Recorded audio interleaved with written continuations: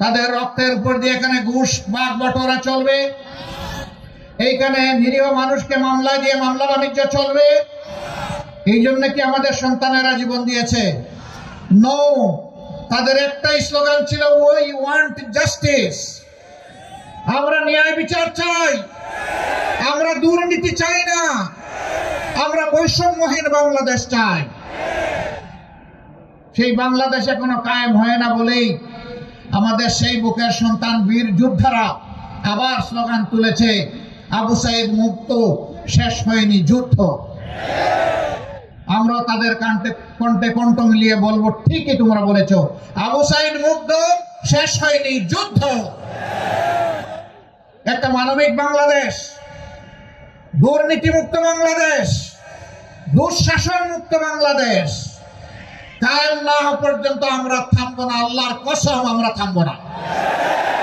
আমরা কোন রক্ত চক্ষু পরোয়া করি না, আমরা পরোয়া করি শুধু পরওয়ারদিগার আল্লাহ সুবহানাহু ওয়া তাআলাকে। এই পরোয়া করি না বলেই আমাদের এত এত নেতাকে জীবন দিতে হয়েছে। আমরা আল্লাহ ছাড়া কারো কাছে মাথা নত করি নাই, করছি না, করব না। হাজার বছর শিয়ালের মতো বাঁচার চাইতে একটা শ্বাস সিংহের মতো নিতে চাই। শুধু নিজে নয়, বাংলাদেশের প্রতিটি মানুষকে দেখতে চাই ন্যায্য কথা বলার বিষয়ে কেউ যেন কাউকে পরোয়া না করে।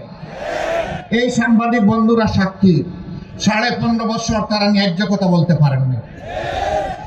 তাদেরকে বাধ্য করা হয়েছে বিভিন্ন খবর সরবরাহ করতে, মিথ্যা খবর সরবরাহ করতে, বানায়ট সমাজে ভীতি সঞ্চারকারী খবর তাদেরকে পরিবেশন করতে বাধ্য করা হয়েছে। অবশ্য এই ক্ষেত্রে কিছু দলবাজ থাকতেই পারে, প্রতিযোগিতা করে।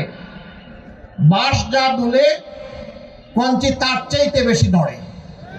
বাঁশের চেয়ে কঞ্চির ঝাল একটা কথা আছে না? কর্তা যা চায় নর্তকী তার চাইতে বেশি নাচে। এরকম অনেকে এই সমাজটাকে জ্বালিয়েছে, কষ্ট দিয়েছে, অনেক মানুষকে অপমানিত করেছে, অনেক মানুষকে মৃত্যুর দিকে ঠেলে দিয়েছে। আমরা চাই মিডিয়া এখন থেকে কালোকে কালো বলবে, সাদাকে সাদা বলবে, চোখে চোখ রেখে খবর পরিবেশন করবে। কিন্তু এখনো বাংলাদেশের বিভিন্ন জায়গা থেকে আসে, কোন চাঁদাবাজের বিরুদ্ধে যখন কোন সাংবাদিক বন্ধু সত্য খবর তুলে ধরেন, তখন তাকে হত্যার হুমকি দেওয়া হয়, তাকে দেখে নেওয়ার হুমকি দেওয়া হয়। মাঝে মাঝে সেই অডিও ভিডিওগুলো সামাজিক মিডিয়ায় চলেও আসে। আমরা সবাইকে বলি, আরেকবার যুদ্ধের জন্য প্রস্তুত হন।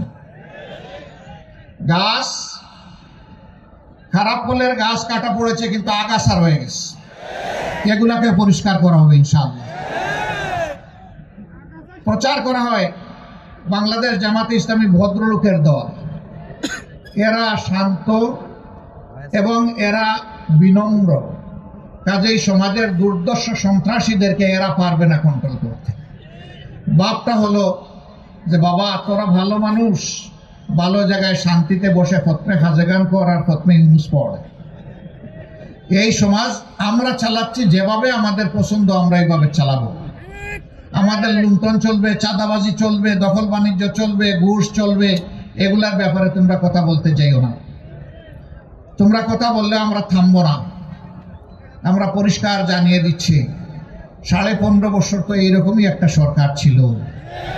শেষ পর্যন্ত দুপুর বেলার রান্না ভাতটাও তো খেয়ে যেতে পারলেন না। সুতরাং খোদার উপর খোদ্দারি করবেন না, আল্লাহকে ভয় করুন। আল্লাহর জন্য কুন ফায়াকুন, আল্লাহ যাকে ধরেন তাকে ছাড়েন না। ক্ষমতা কোনো মামুর বাড়ির বিষয় নয়, এটি একটি দুর্বহ বোঝা, জাতির পক্ষ থেকে বিশাল আমানত।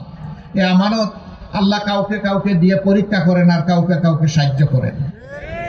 কাউকে এর মাধ্যমে আল্লাহ অভিশপ্ত করেন, আর কাউকে এর মাধ্যমে আল্লাহ তাআলা অভিনন্দিত করেন। সেটা আল্লাহ নিজেই বলেছেন, আমি বলবো কেন? আল্লাহ তাআলা বলেছেন, কুলিল্লাহুম্মা মালিকাল মুলকি তুতিল মুলকা মান তাশাউ ওয়া তানজিউল মুলকা মিম্মান তাশাউ। সমস্ত মুলকিয়ত বাদশাহীর মালিক আল্লাহ। আল্লাহ যাকে চান তাকে একটু ক্ষমতা দেন, আবার যখন বাড়াবাড়ি হয় তখন ঘাড়ে ঠিক মতো ধরে ক্ষমতা কেড়ে নেন। তুইজ্জু মান তাশা ওয়া তুযিল্লু মান তাশা। যেই পুলিশ একসময় বাধ্য হয়েছে স্যালিউট একবারের জায়গায় 3 বার দিতে, সেই পুলিশ এখন আবার হাতে হ্যান্ডকাপও লেগেছে। এটা আল্লাহর বিধান।